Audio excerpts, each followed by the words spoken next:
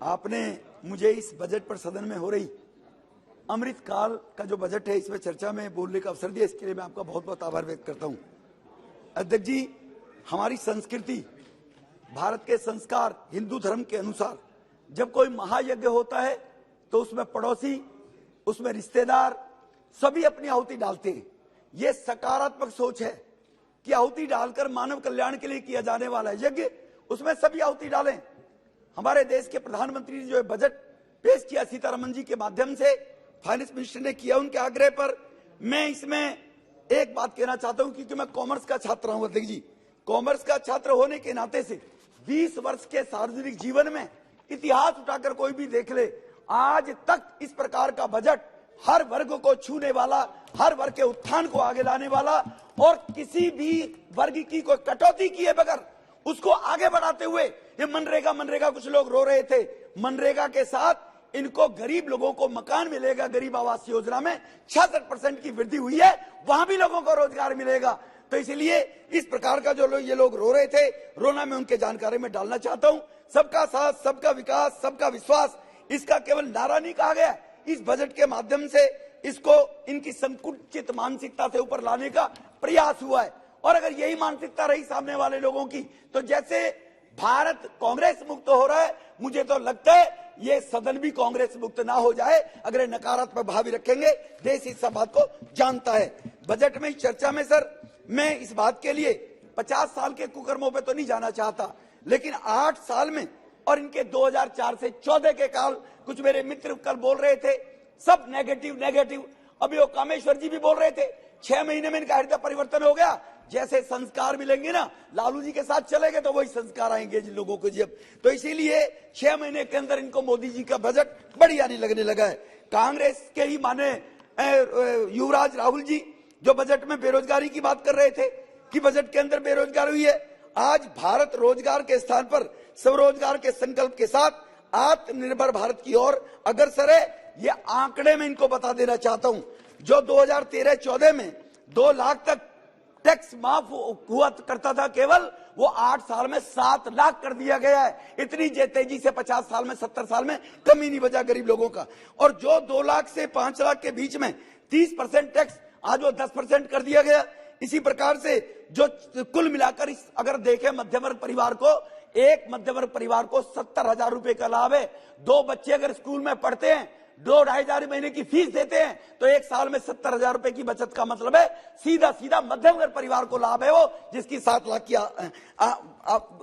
इनकी इनकम होती है। सर, ये डायरेक्ट टैक्स के माध्यम से मैं इन लोगों को जानकारी देना चाहता हूं कि उस बच्चे की पढ़ाई के लिए मोदी जी के माध्यम से 6,000 रुपए फ्री के बच गए, वो टैक्स देने की आवश्यकता नहीं पड़ेगी।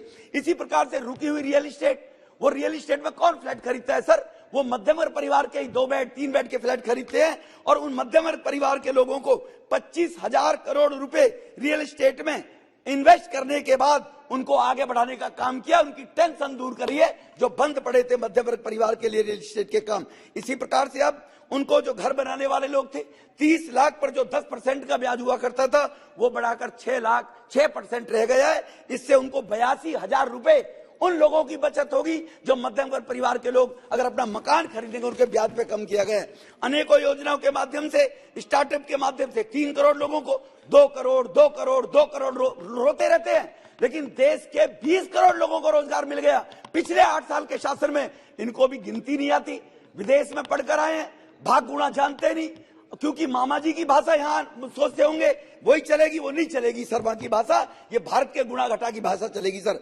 आत्मनिर्भर भारत में 2021 में 43 लाख लोगों को 1,20,000 संस्थाओं को रोजगार दिया गया, 1,20,000 का सर। मुद्रा योजना में 28 करोड़ लोगों को 15 लाख करोड़ रुपया दिया गया है। 28 करोड़ लोगों ने रोजगारी किया होगा। वो 7 दिन की छुट्टी पर कहीं बाहर घूमने नहीं जाते उस पैसे को लेकर, वो रोजगार ही कर रहे होंगे। ये इनके ध्यान रखने वाली बात है सर। इसीलिए मैं इनकी जानकारी में डालना चाहता हूं कि मोदी है तो मुमकिन है। गरीबों के बारे में अगर आप सोचना चाहोगे, कहते गरीबी बढ़ गई, गरीबी की खाई बढ़ गई। पूछना चाहता हूं, गरीबी नहीं बढ़ी, गरीबों की खाई नहीं बढ़ी, बिचौलियों की गरीबी बढ़ गई। नेताओं की, भ्रष्ट नेताओं की गरीबी बढ़ गई, भ्रष्ट अधिकारियों की गरीबी बढ़ गई है। देश के 125 करोड़ लोगों में गरीबी नहीं बढ़ रही है, उनकी गरीबी जरूर बढ़ाई है। आप लोगों की, मेरे सामने वाले बैठे वाले बंधुओं की जरूर गरीबी बढ़ गई है, इसलिए बड़े परेशान है वो। जहां प्रति व्यक्ति आय एवरेज, कोई व्यक्ति 20,000 कमाता है, कोई व्यक्ति 10 लाख महीने कमाता है, 1 करोड़, जो 90,000 हुआ करती थी वो आज 1,97,000 एवरेज के अनुसार भारत में इकोनॉमी है सर। अध्यक्ष जी, महंगाई के दर के साथ साथ मैं कांग्रेस के मेरे भाइयों को कुछ आंकड़े देना चाहता हूं, ऑथेंटिक। अगर किसी को कोई विश्वास ना हो, चांदनी चौक में एड्रेस देता हूं। एक व्यापारी है सर, वो खाद्य पदार्थ बेचते हैं, उनके पास 25 साल का हर होली दिवाली पर रजिस्टर रखा हुआ है। मैं उनसे मिला जैन साहब से, मैंने कहा मुझे 25 साल के आंकड़े बताइए सर। 25 साल के आंकड़े बताने से पहले तो इन्फ्लेशन बता देता हूं सर। किसी भी देश की इन्फ्लेशन, महंगाई दर 3.5-4% है तो वो सफिशिएंट है, उतनी लोगों के आमदनी और सैलरी भी बढ़ जाती है, महसूस नहीं होता। लेकिन ये महाशय जी को बताना चाहता हूं, 1999 में अटल जी के टाइम में 4.67, 2000 में 4.1, और इन्होंने जब सत्ता में आए 2005 में सर वो बढ़कर हुई 5.80, उसके बाद हुई 2007 में 6.37, उसके बाद 8 में हुई 8.35, उसके बाद 9 में हुई 11.99, उसके बाद 12 में हुई इनकी महंगाई दर 11.12% हो गई, डबल डिजिट। लेकिन ये मोदी है तो मुमकिन है सर, उसको डाउन लेकर आए, और डाउन लेकर आए 14 में उसको जो 6.67 किया, 15 में 4.91 किया, 2016 में 4.95 आई, 2017 में 3.33, कुल 3.33 रह गई सर, और 2018 में 3.94, 2019 में 3.73। और ये हमारे आंकड़े तो नहीं है सर, ये भारत के आंकड़े तो नहीं है सर। ईडी, सीबीआई, चोरी करोगे तो पुलिस तो पकड़ेगी चोर को, उसमें कहोगे चोर तुमसे मिल रहे हैं, चोर तुम, पुलिस मिल रही है, पुलिस मिल रही है, फिर पुलिस रहेगी किस बात के लिए? क्यों डरते हो अगर चोरी नहीं करे ईडी और सीबीआई से सर? 20 में जरूर 6.22 गई सर, कोविड की वजह से गई 6.22, उसके बाद आज भी 5.13 से घटकर वो डाउन पे आ गई है सर। इसीलिए सर मैं इनको आप बताना चाहता हूं, मैं चांदनी चौक के आंकड़े दे रहा था। देसी घी 2040 में 2004 में 140 रुपए किलो था सर, 2014 में बढ़कर 400 रुपए किलो हो गया, 140 से 410 साल में। जब राहुल जी जो उनके युवराज है वो राज करवा रहे थे पिछले दरवाजे से सोनिया जी के माध्यम से। इसी प्रकार से चावल 25 रुपए किलो था 2014 के अंदर, जो बढ़कर 100 रुपए किलो हो गया। वो जो आटा 10 रुपए किलो हुआ करता था वो 25 रुपए किलो हो, आज 25 से केवल 38 पहुंचा सर 8 साल में। और इन लोगों का 10 से 25, सोना 6300 रुपए 10 ग्राम सर, प्लीज 87 हो गया, इनके राज्य में 27,000, जो बढ़कर केवल अब 10 साल में 52, 27 दूनी 54, दुगने से भी कम है, और इनका 6,000 से 27,000।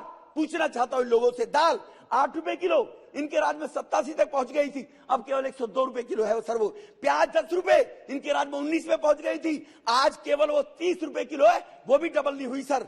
दूध 17 रुपए किलो हुआ करता था, दूध दूध दूध चिल्लाते हैं, 17 से 48 इनके 10 साल के भ्रष्ट शासन में हुआ था सर, आज तो 48 से केवल 60 पे आया सर, 12 रुपए केवल बढ़े 8 साल में। पेट्रोल 33 रुपए लीटर हुआ करता था सर 2004 में, जो इनके राज में जब मोदी साहब आए थे 78 रुपए लीटर पेट्रोल था, आज तो केवल 96 रुपए पे आया है सर, वो डबल से भी ज्यादा नहीं हुआ, उससे कम हुआ है सर। इसी प्रकार से सर अभी तो सर केजरीवाल की कुकर्म बताऊंगा मैं।